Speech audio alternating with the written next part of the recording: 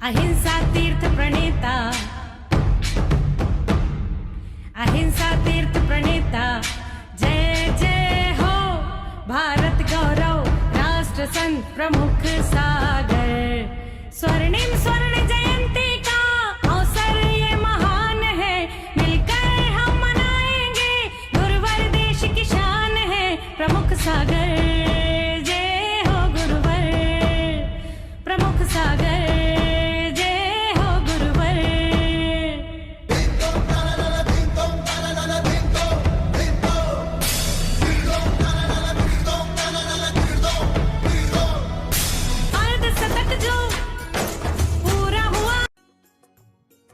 कार्यक्रम के आयोजक हैं श्री दिगंबर जैन पंचायत गुवाहाटी असम, श्री सुखमल जी, श्रीमती सुशीला देवी, श्री धर्मचंद जी, श्रीमती प्रेम देवी, तनिष दिव्यांशी सेठी जैन धर्म, अजय नगर, विजयनगर, कामरूप, असम।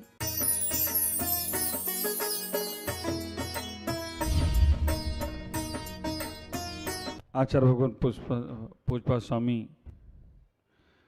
राजभारती ग्रंथ के अंदर आचार्य अकलंग देव स्वामी और सर्वासिद्धि आदि ग्रंथों में, तत्वाशुद्ध ग्रंथों में हमको कैसे उच्च गोत्र और कैसे नीच गोत्र प्राप्त होता है उसकी चर्चा आचार्य कर रहे हैं। एक सूत्र 6वें अध्याय का 25वें नंबर का सूत्र है, सभी लोग एक बार बोलेंगे।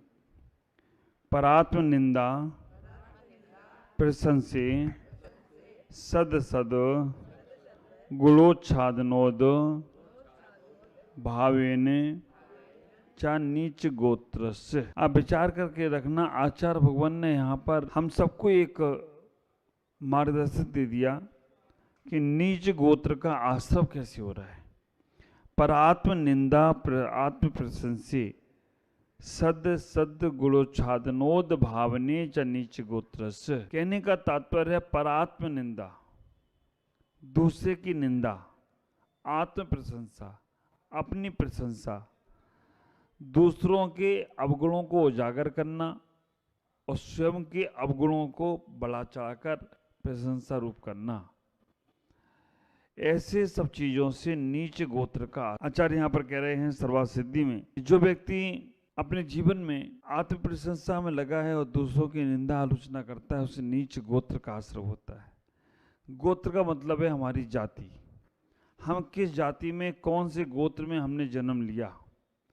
आप विचार करो, अपने जीवन में उतना ही सोचने का प्रयास करो जो हम समझने का प्रयास। वैसे अगर देखा जाए तो आचार्यों ने 2 गोत्र नीचे बताई हैं, नीच गोत्री 2 होते हैं और 2 गोत्र उच्च गोत्री होते हैं।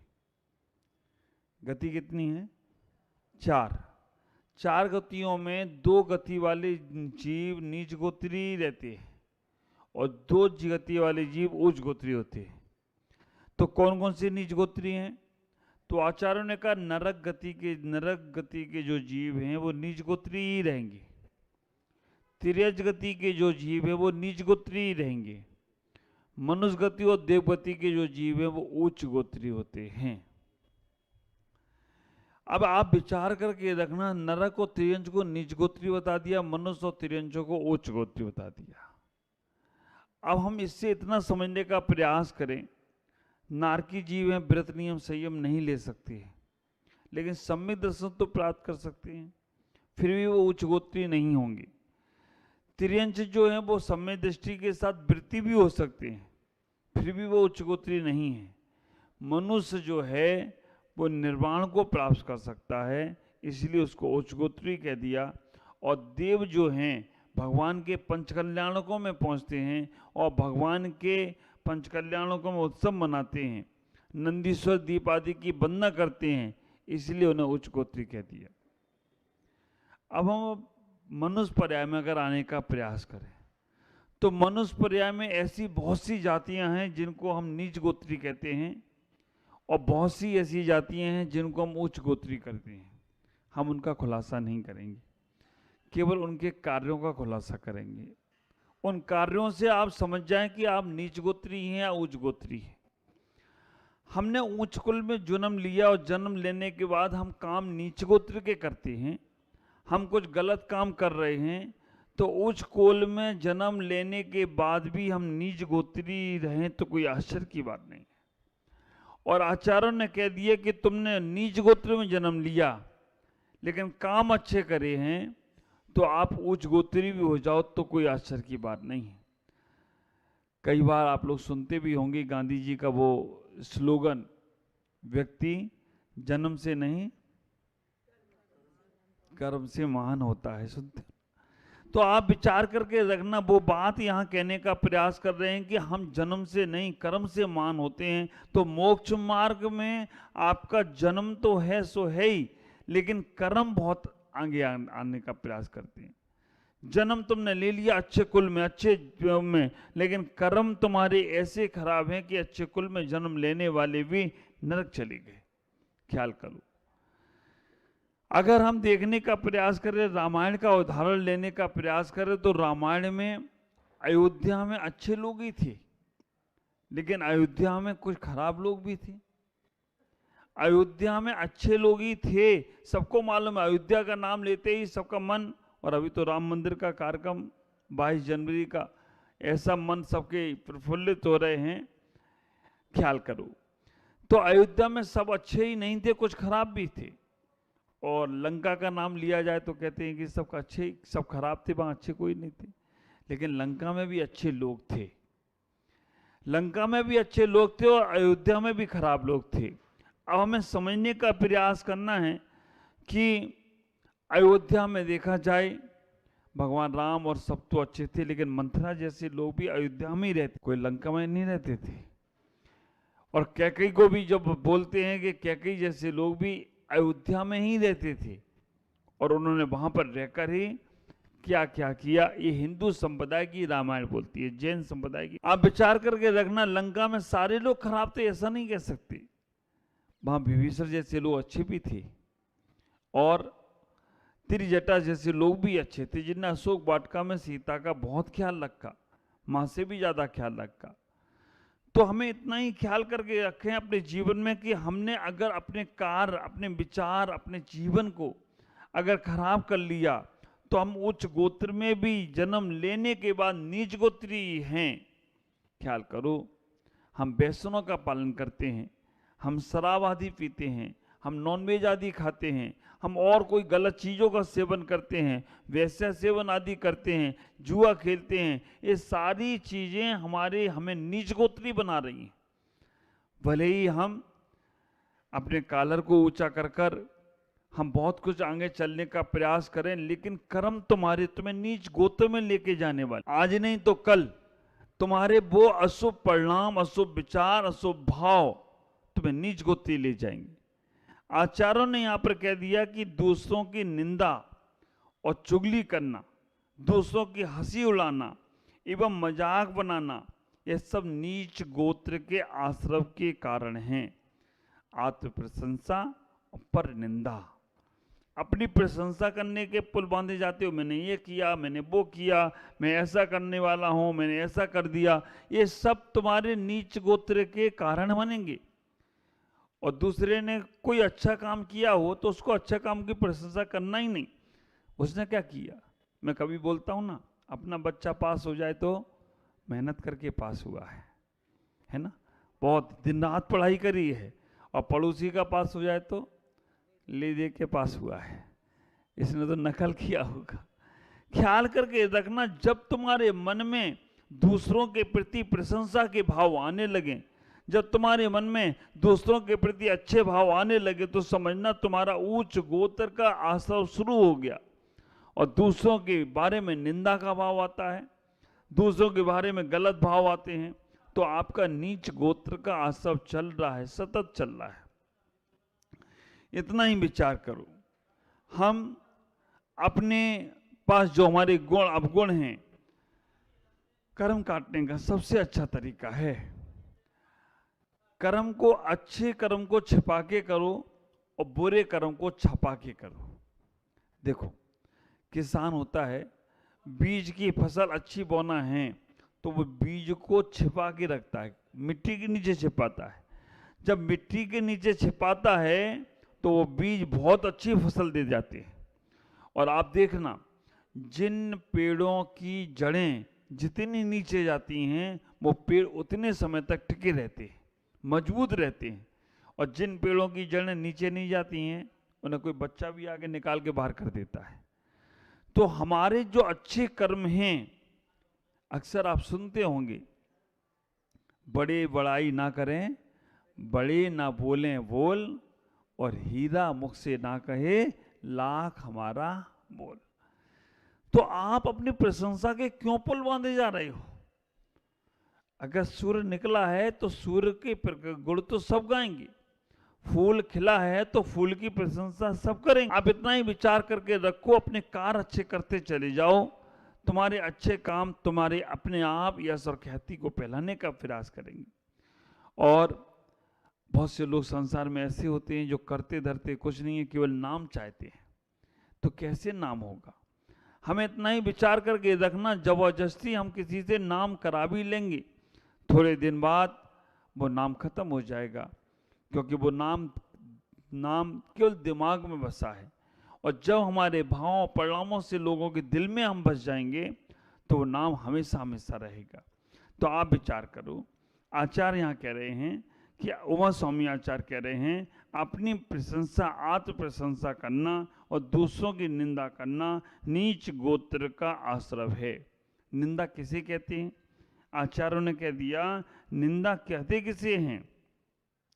तो ख्याल करो, दूसरों की गलतियों को या दूसरों की गलत चीज़ों को सब जगह बताना, मन में उसके प्रति गलत भाव लाना, ये निंदा है।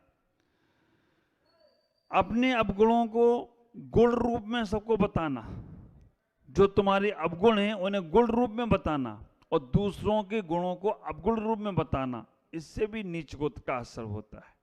हमें इनसे बचना चाहिए। आचार्य और कहते हैं, 8 प्रकार का अहंकार, ज्ञान, पूजा, कुल, ज्ञान। आचार्य समदबद्ध आचार्य रतनगांठ साहब का आचार्य में कहते हैं, ज्ञानम पूजा कुलम जाति वलमृति तपोपु अष्टावासित मानित्व इसमहु गत स्मृहा। तो आचार्य कहते हैं कि अगर ज्ञान का, पूजा का, कुल का, जाति का, बल का, रिद्धि का, इनका सबका तुम मद, रूप का, तप का मद करते हो, ये नीच गोत्र का आश्रम है। मद मतलब अहंकार, अहंकार मतलब घमंड, घमंड मतलब ईगो। जो भी तुम्हारे पास, आप कितना सरल हो सकते हो।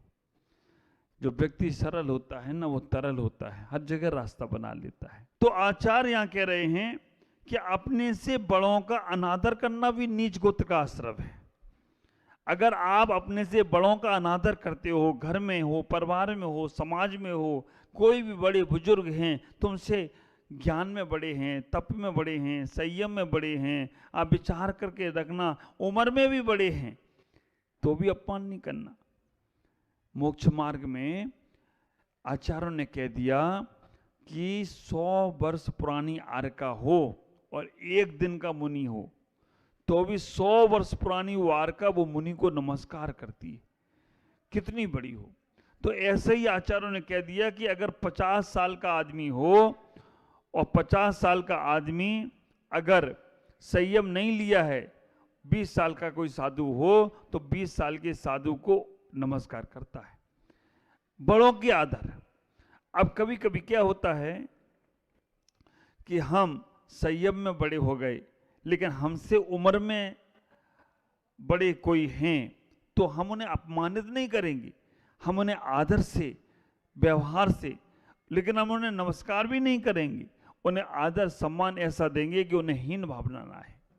तो ख्याल करना, बड़ों का अनादर करने से भी नीच गोत्र का आश्रय होता है। आचार्य ने कह दिया, आचार्य भगवान कहते हैं, देव साध गुरु का अपमान करने से नीच गोत्र का आश्रय होता है। सर्वा सिद्धि पढ़ रहा था राजवार्तिक, तो उसमें कह दिया कि अगर गुरु आए और तुमने हाथ नहीं जोड़े, नीच गोत्र का आश्रय है। मंदिर में महाराज आए और आप खड़े नहीं हो पाए, नीच गोत्र का आश्रय है, वहां पे तो तीव्र होगा। क्यों? क्योंकि जहां 3 लोग के नाथ को तुम पूज रहे हो ना, वो 3 लोग के नाथ इसी अवस्था से वहां तक पहुंचे और उनका ही तो स्वरूप है। आप विचार करना, तीर्थंकर अरिहंत जिन प्रतिमाओं को आप पूज रहे हो मंदिर में, और कोई मुनिराज मंदिर में आ जाएं, कोई आचार्य मंदिर में आ जाएं और आप पूजा ही पाठ में लगे हो, किनकी पूजा कर रहे हो? जिनकी कर रहे हो वो साक्षात तुम्हें दर्शन देने आ गए। पूजा से ज्यादा महत्वपूर्ण वो हो जाता है। मन में आएगा महाराज वो भगवान है, ये तो महाराज ही है। भगवान तो अरिहंत सिद्ध पहले, बाद में आचार्य उपाध्याय साधु मिलते, कई लोग बड़े दिमाग वाले होते हैं। वो हमको मिल गए थे कलकत्ता में एक बार 2001 में। कोई व्यक्ति आके मुझे नमस्कार किया, मैंने आशीर्वाद दे दिया मंदिर में। तो वो व्यक्ति उनको भी डांटा जिसने हमें नमस्कार किया, तुम्हें शर्म नहीं आती है? यहाँ अरिहंत भगवान बैठे हैं, भगवान परमात्मा बैठे हो, तुम महाराज को नमस्कार करते हो। और हमें भी कहा कि महाराज आप भगवान के सामने आप आशीर्वाद देते हो, यहाँ तो भगवान ही बैठे हैं। मैंने उस वक्त मंदिर पे तो कुछ नहीं बोला, लेकिन बाद में उसे समझाया। आप विचार करके रखना, हम वर्तमान में अरिहंत और सिद्ध तक तो पहुंचे ही नहीं सकते। 9 देवताओं में देखा जाए तो अरिहंत और सिद्ध तो, अरिहंत तो विदेश क्षेत्र में है और सिद्ध भगवान सिद्धालय में है। वर्तमान में केवल 3 परमेष्ठी ही हमारे पास है, आचार्य, उपाध्याय और साधु। अब आप कहोगे आचार्य उपाध्याय साधु हैं तो फिर मंदिर में अरिहंत और सिद्ध कैसे? उनकी स्थापना की गई, लेकिन उनका नंबर अगर 9 देवता में देखा जाए तो अरिहंत, सिद्ध, आचार्य, उपाध्याय, साधु के बाद जिन धर्म, जो अरिहंतों का, जो भगवानों का अहिंसा में धर्म है वो जिन धर्म है। जिन धर्म सर्वत्र है, हर कोई इसका पालन कर सकता। जिन धर्म, जिनागम, जो जिनेंद्र की वाणी है वो जिनागम है, और जिन चैत्य, जो भगवान की प्रतिमा है वो जिन चैत्य है, और जो मंदिर है वो जिन चैतालय, पूरा का पूरा मंदिर जिन चैतालय है। तो हमें उसका कभी अपमान नहीं करना चाहिए। हमें देव सास गुरु के आने पर नहीं खड़े हो सकते तो हाथ जोड़ लेना चाहिए, कभी उनसे आगे नहीं चलना चाहिए।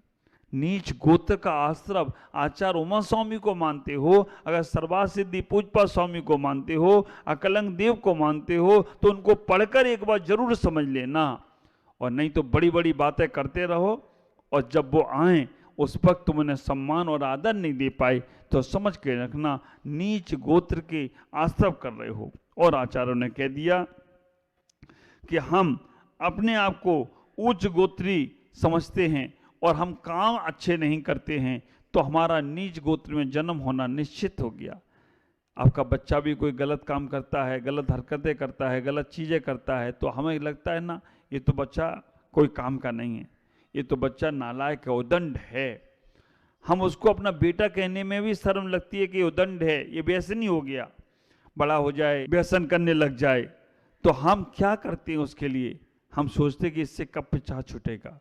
तो आप विचार करना, इतना अच्छा जैन कुल पा लिया, इतना अच्छा मानव का धर्म पा लिया, इतने अच्छे उच्च कुल में आ गए, और आने के बाद भी नीच कर्म करो, तो नीच कर्म करने वाला व्यक्ति वो नीच ही बनेगा अगले जन्म में। तो इतना सूत्र याद रखना कि हम जन्म से नहीं कर्म से मोक्ष मार्गी बनेंगे, कर्म से हम मोक्ष में जाएंगे, कर्म काटने का प्रयास करेंगे।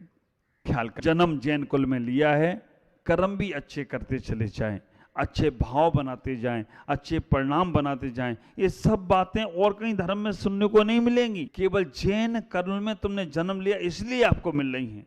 कभी अपने रूप का, धन का घमंड नहीं करना, कभी अपने ज्ञान का, कभी बल का, कभी ताकत का घमंड नहीं करना। भगवान से कहना, भगवान ये दिया है और अच्छा देना, जिससे हम और अच्छा करते चले जाएं तो तुम्हारा जीवन सार्थक होगा। आज इतना ही। ओम नमः जय।